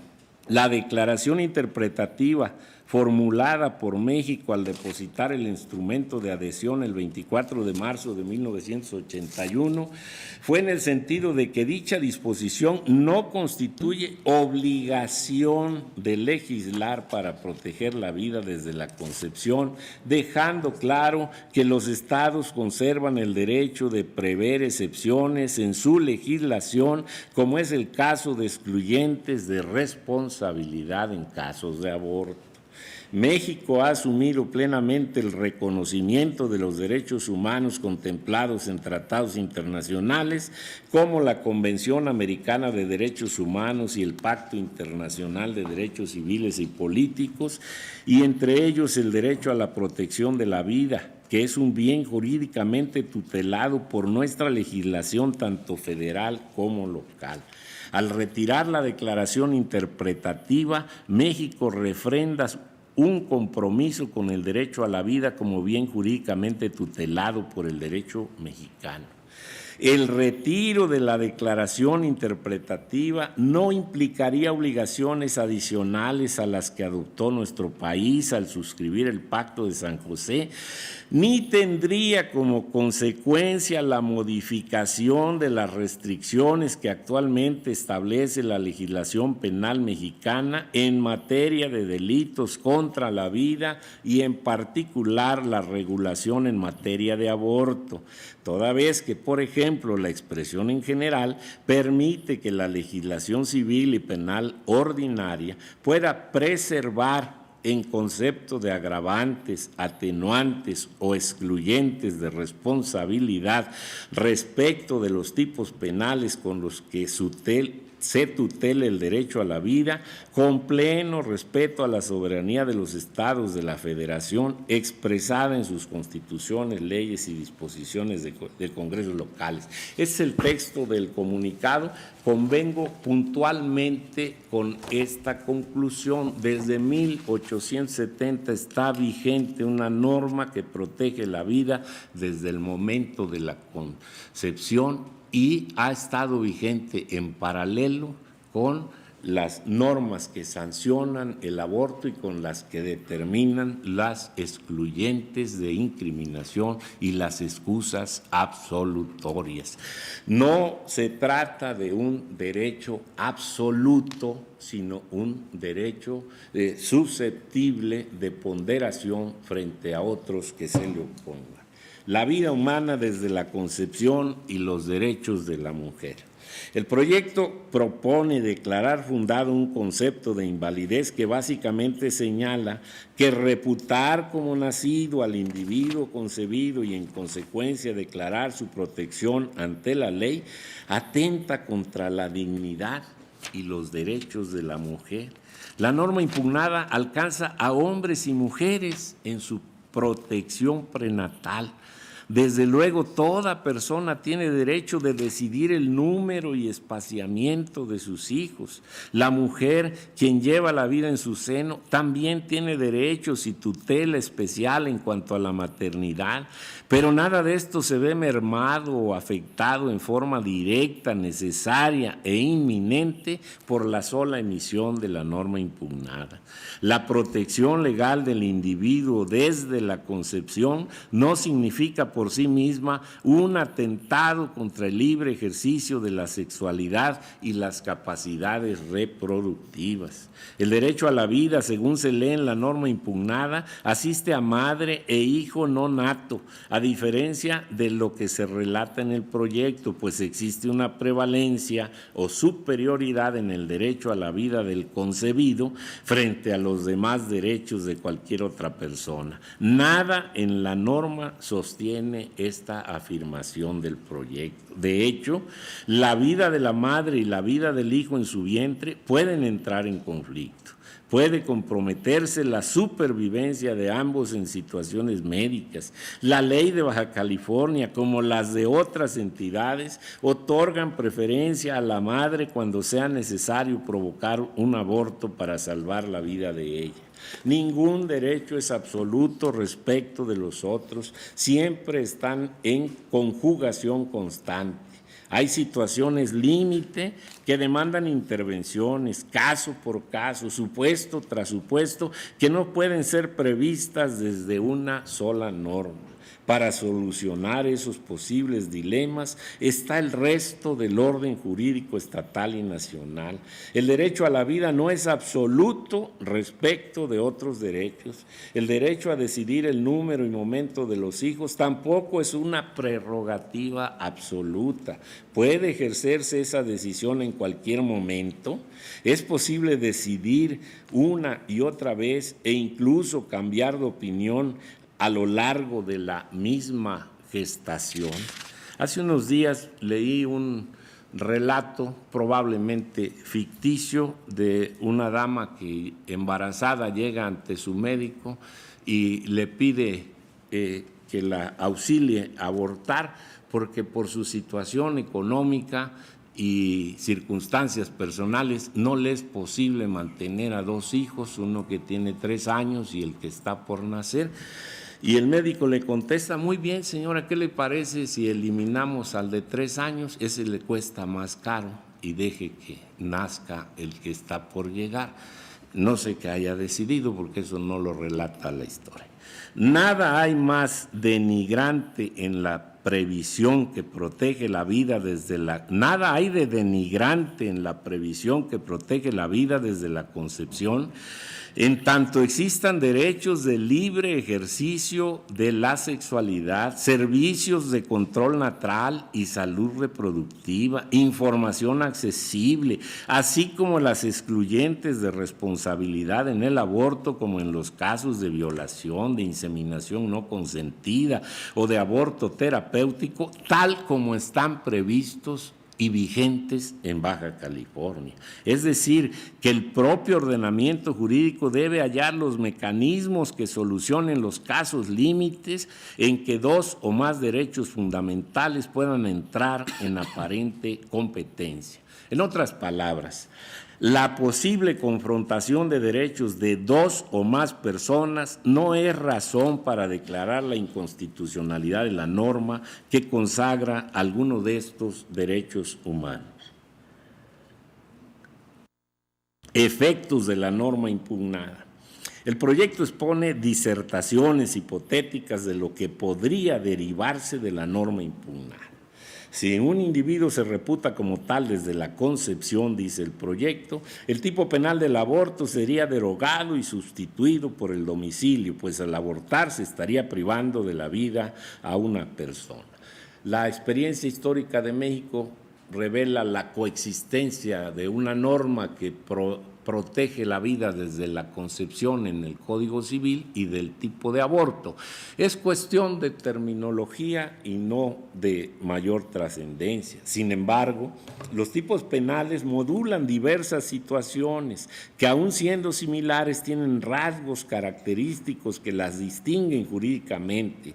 Además del homicidio, existen otros tipos penales como el feminicidio o la inducción al suicidio hasta el punto de ejecutar la muerte, que en apariencia son iguales. En todo se priva de la vida a otro, pero en cada caso hay aspectos que distinguen una conducta de otro y que permiten calificar el ilícito con un nombre y no con otro. Así parece suceder en el caso del aborto.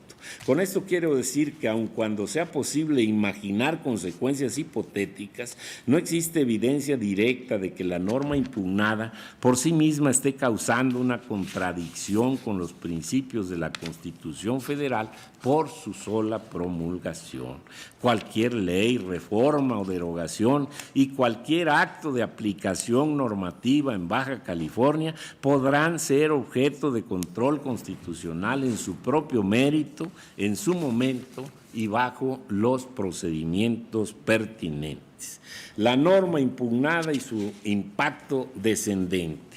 Las normas constitucionales de los estados son ley superior para diversos propósitos, pero no son los referentes que dotarán el contenido a los derechos humanos en Baja California. El artículo 1 constitucional señala que los derechos humanos deben interpretarse conforme a la Constitución Federal y atendiendo a los tratados internacionales. Los estados, lo ha dicho la Suprema Corte, pueden ampliar pero no restringir los derechos. En cada caso se debe procurar la protección más amplia. En el proyecto se explica que los derechos de las mujeres no se amplían, sino que se reducen. Sin embargo, no es así. Ninguna norma amplía o reduce derechos frente a otros de manera inmediata y directa. Se requieren actos concretos de aplicación, conflictos y controversias concretas, circunstancias que ameriten la intervención pública para ponderar y resolver respecto de los derechos en pugna.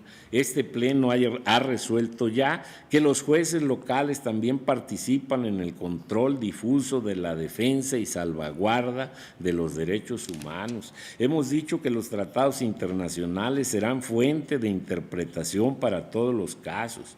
¿Cuáles tratados? Los que establezcan y protejan de mejor manera los derechos humanos en conflicto, tanto los que versan sobre la persona y su protección desde la concepción, como los que establecen derechos para la mujer.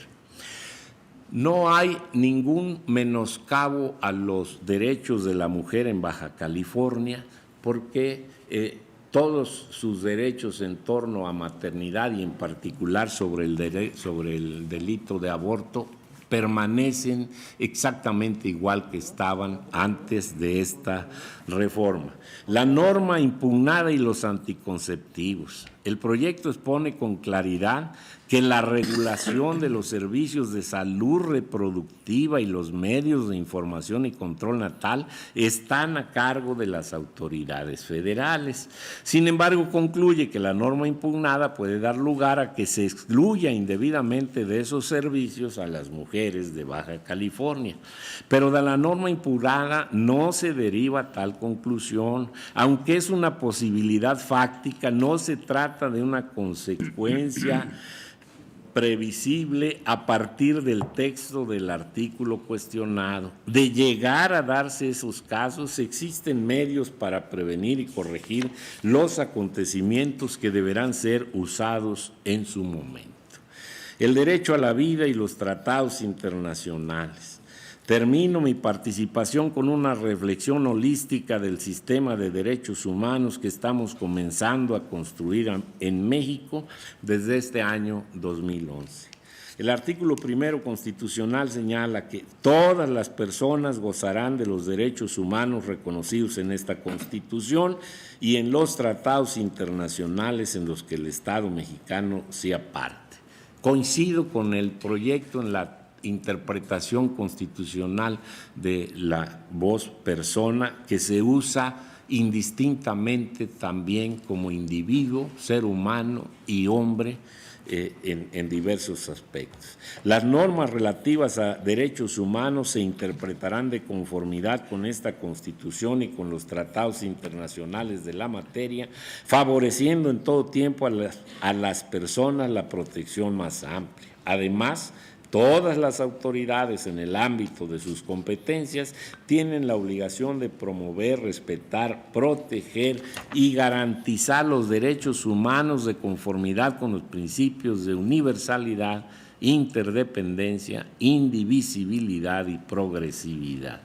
Para interpretar el concepto de persona en relación con el derecho a la vida en el contexto de los derechos humanos, es pertinente voltear la mirada a la Convención Americana sobre Derechos Humanos, que en su artículo 4 establece derecho a la vida. 1. Toda persona tiene derecho a que se respete su vida. Este derecho estará protegido por la ley y en general a partir del momento de la concepción. Nadie puede ser privado de la vida arbitrariamente.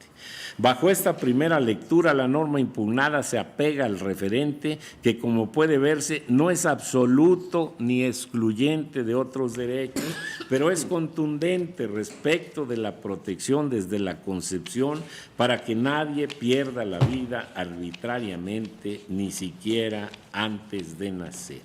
Ahora bien, existe una declaración interpretativa del Estado mexicano respecto de esta disposición, la que expresamente consiste en lo siguiente.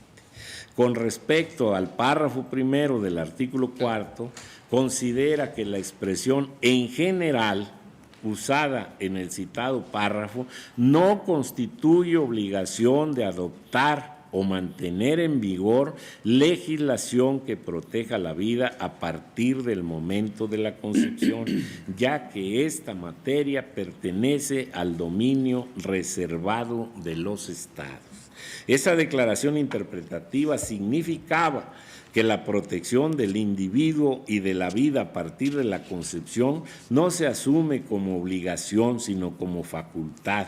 México anunció entonces, en 1981, hace 20 años, que estaría en su dominio reservado el establecimiento de tal protección. 2 décadas después, la reforma a los artículos 1 y 29 constitucionales, junto con el cambio de denominación del capítulo 1 de la Constitución Federal y sumado al nuevo esquema de protección y tutela de derechos humanos, podemos considerar que el país ha ejercido esta facultad, pues ha asumido constitucionalmente el derecho a la vida con aplicación general en toda la nación. Para efectos de tutela de derechos humanos, el artículo 1 remite a los tratados internacionales. Si en el nivel federal llegara a plantearse un caso en el que sea necesario interpretar la protección de la persona, la propia Constitución hoy vigente y superior a la Declaración Interpretativa de 1981 nos obliga a mirar el artículo 4 de la Convención Americana de los Derechos Humanos. Pero se trata de una norma local, inserta en un apartado de protección y tutela de los derechos humanos. Su efecto se circunscribe al reconocimiento de la vida como un derecho humano pleno, acreditable, tutelable, que de conformidad con los tratados internacionales que forman parte de nuestro sistema de protecciones constitucionales, reconoce al individuo y lo protege desde la concepción. Si bien no existe una disposición expresa en ese sentido en la Constitución Federal, protección de la vida desde la concepción, tampoco existe una prohibición ni limitante para que los estados de la Federación puedan manifestarse en ese sentido. Más aún, ¿Cómo será posible declarar la inconstitucionalidad de una norma que prácticamente reproduce el artículo 4 de la Convención Americana sobre Derechos Humanos, cuando el artículo 1 de nuestro texto reconoce expresamente a esos instrumentos mundiales como fuente de protección de las personas y sus derechos humanos y de los bienes jurídicos que ellos tutelan como vida, posesiones, derechos, integridad, dignidad, entre otros? En su participación señaló el señor ministro Aguirre Anguiano, yo no conozco ningún tratado internacional que establezca como derecho de la mujer el aborto voluntario. Entonces, ¿por qué no atender al contenido de este tratado? Parece una contradicción evidente declarar que este tipo de normas son inconstitucionales porque no tienen un referente gramatical en nuestra Constitución, sin considerar el nuevo esquema que exige la interpretación de los derechos humanos a la luz de los tratados, procurando siempre la protección más amplia. No es, insisto, la protección más amplia del no nacido frente al nacido, sino la protección más amplia del individuo y del derecho a la vida de toda persona, nacida o no, madre o hijo. Al no nacido le beneficia también el artículo 29. Desconocer en él a un individuo sería conceder que su derecho a la vida no está tutelado en casos de suspensión de garantías, por ejemplo. Tampoco significa que la penalización del aborto sea la vía conveniente, efectiva y única para proteger a la vida desde la concepción. Una afirmación no implica necesariamente la exclusión de la otra. El derecho a la vida y el aborto. El tema que nos ocupa, aunque se trata del derecho a la vida, conlleva necesariamente un pronunciamiento sobre el tipo penal del aborto y sus excluyentes de responsabilidad. Este pleno ya ha resuelto en el caso del Distrito Federal que corresponde a cada entidad federativa el establecimiento de sus tipos penales, sus castigos y las agravantes y excluyentes que considere adecuados en su propia realidad soberana, siempre que ello no afecte derechos humanos previstos en la Constitución y, agrego, ahora en los tratados. No estamos haciendo un juicio de constitucionalidad sobre el tipo penal del aborto en Baja California, ni de sus consecuencias positivas o negativas, ni de su pertinencia en el orden jurídico. Debemos juzgar y no prejuzgar sobre la constitucionalidad de una norma en su propio mérito. No estamos habilitados por la Constitución para expulsar normas del sistema solo por sus imperfecciones técnicas, por sus potenciales e hipotéticos efectos o sus posibles interpretaciones, sino únicamente por su desacato claro y directo a la Constitución. Las leyes y los actos que derivan de cualquier norma están sujetos a un control de constitucionalidad que también se está ampliando y evolucionando. En todas partes del país, el Poder Judicial federal y local, así como la Suprema Corte de Justicia, deberemos atender toda queja y reclamo de quienes se vean comprometidos, amenazados o afectados sus derechos humanos. Esta norma, la impugnada, por sí misma no afecta a persona alguna, no significa en sí misma un mandato o una carta abierta para ninguna autoridad en ningún sentido. Significa, por el contrario, una restricción valiosa para el poder público que reitera la convicción internacional de que todo individuo, todo ser humano merece la protección de la ley sin que para ello se le pueda exigir nada más que existir. el valor de esta postulación no es solo del orden moral o ético, sino que forma parte del sistema de derechos humanos vigente en nuestro orden constitucional desde junio pasado, y por ello considero que los conceptos de invalidez planteados son infundados y que la norma que se analiza es acorde con la Constitución y con los tratados internacionales que nos obligan como Tribunal Constitucional en esta 10ª época que estamos iniciando. Por estas razones votaré en contra de la consulta. Señoras y señores ministros, es de nuestro conocimiento que está presentada una propuesta para retirar esta declaración interpretativa. Hipotéticamente, como lo hace el proyecto, quiero suponer que el Senado la apruebe y que se retire, y quiero también suponer que haya algún medio impugnativo al retiro de la declaración. ¿Será inconstitucional que se retire? Esto es elucubración. Gracias por su atención. Antes, señor ministro, decreto un receso por 10 minutos para regresar a oír a la señora ministra Luna Ramos.